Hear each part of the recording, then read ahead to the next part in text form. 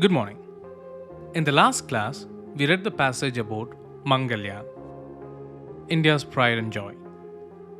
A mission that was intended for 6 months has now completed 7 years. Its scientific mission was exploration of Mars' surface features, morphology, mineralogy, and Martian atmosphere by indigenous scientific instruments. To put it short, they were searching for methane gas. Yeah, those 450 crore rupees was for this methane. But still, it could mean microbial life forms on Mars. You know, the Earth has billions of tons of methane gas, and vast majority comes from microorganisms, aka microbes. Please take page number 61. Scientific temper. It is a term that came to use during 19th century.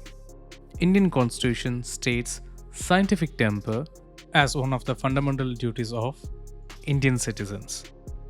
We have like 11 fundamental duties, and one of them is scientific temper. It goes like this: to develop the scientific temper, humanism, and the spirit of inquiry and reform. So, what is scientific temper then? It is a state of mind to welcome new light, new knowledge, new experiments, even when the results are unfavorable to preconceived opinions and long cherished theories. It just practically means non biased approach to science. So, under scientific temper, we have 3 questions.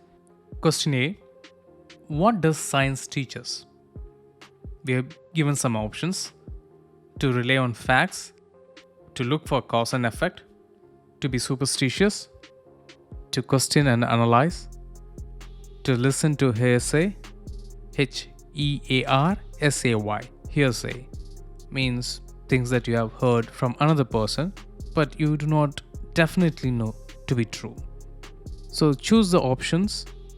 It can be one or more options that you feel science teaches us. Question B: how do science and technology influence our everyday life? Give a few examples and talk about it in class.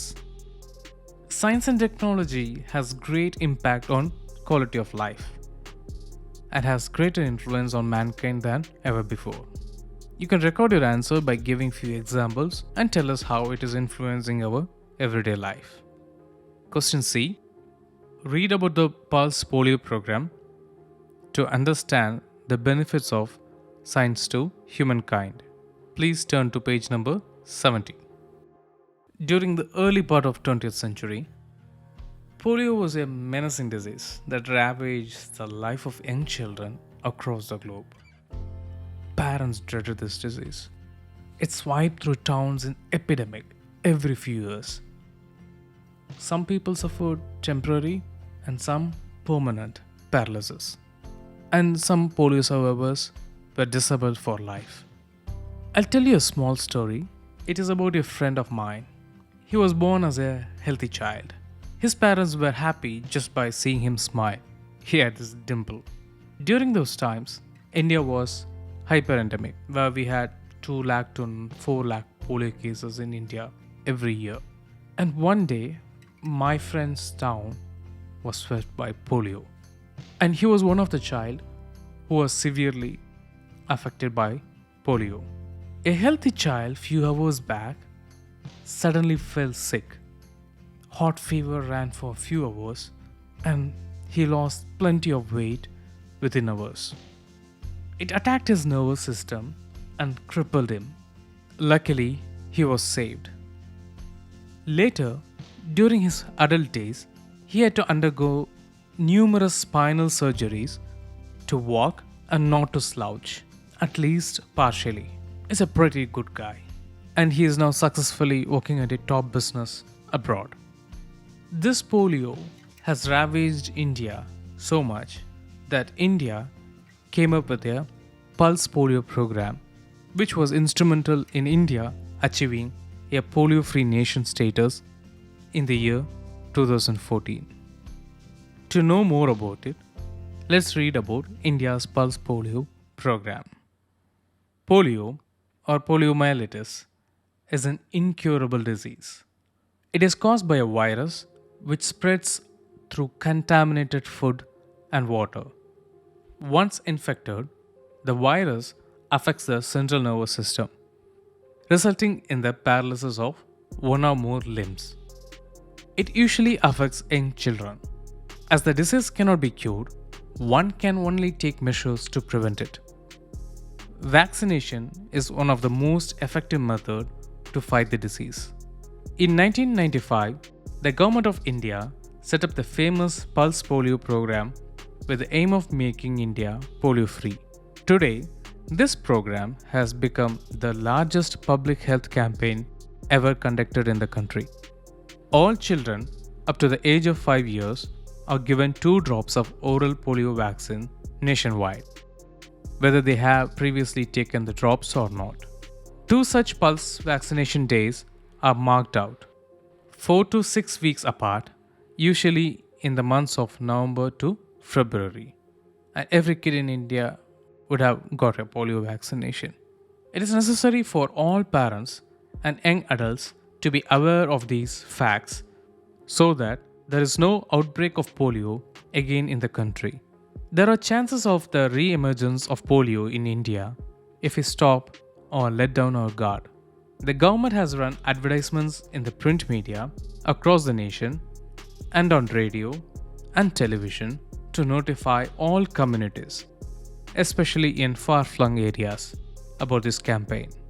The last reported case of polio in India were in West Bengal and Gujarat on 13th January 2011. WHO declared India as a polio-free nation on 27th March 2014, with no cases of the disease having been reported for 3 years. For India, it has been a long but successful battle against polio. The government, however, continues its effort to maintain this status. Teams have been established to detect the spread of the polio virus and to check that it does not enter India through any neighboring country. There are also international vaccination teams who are on duty round the clock in border areas to vaccinate children who have not received the polio drops. Emergency Preparedness and Response Plans (EPRP) have been developed by all states to swing into action if a polio case is detected. Every year, India observes the National Immunization Day in January to mark the launch of the Pulse Polio program. The program covers 17 crore children aged under 5 years in an effort to maintain the country's polio-free status. Polio vaccine was discovered by Dr. Jonas Salk. He was born in 1914. He was an American scientist and developed the vaccination to fight poliomyelitis. His gift to humanity is immeasurable. Millions of children have survived and lived lives free of this terrible disease because of his discovery. He died in the year 1995. There's an activity for you. You need to create a poster about smallpox. Find out about this disease and make a poster on it. To make a poster, you may consider the following questions. What is smallpox? How is it caused? How can it be cured? How many people used to be affected by the disease? And are there any preventive measures that one should take? You can create a poster in a chart paper. There are tips in your books. You can go through them and give it a try. It might surprise people. Moving to the vocabulary section, there are 2 questions in it. Question A, find the synonyms of these words in the word grid given. So you have 8 words and you need to find the synonym of these words in the word grid. And question B, fill in the blanks with the words you found in the word grid. You can use those words to fill up these blanks. You can do this as an assignment. We have come to the end of the class. Please write down the answers in your notebook and submit them along with your assignments. It was good to share the class with you all. Let us meet in the next class and explore more. Till then, adios.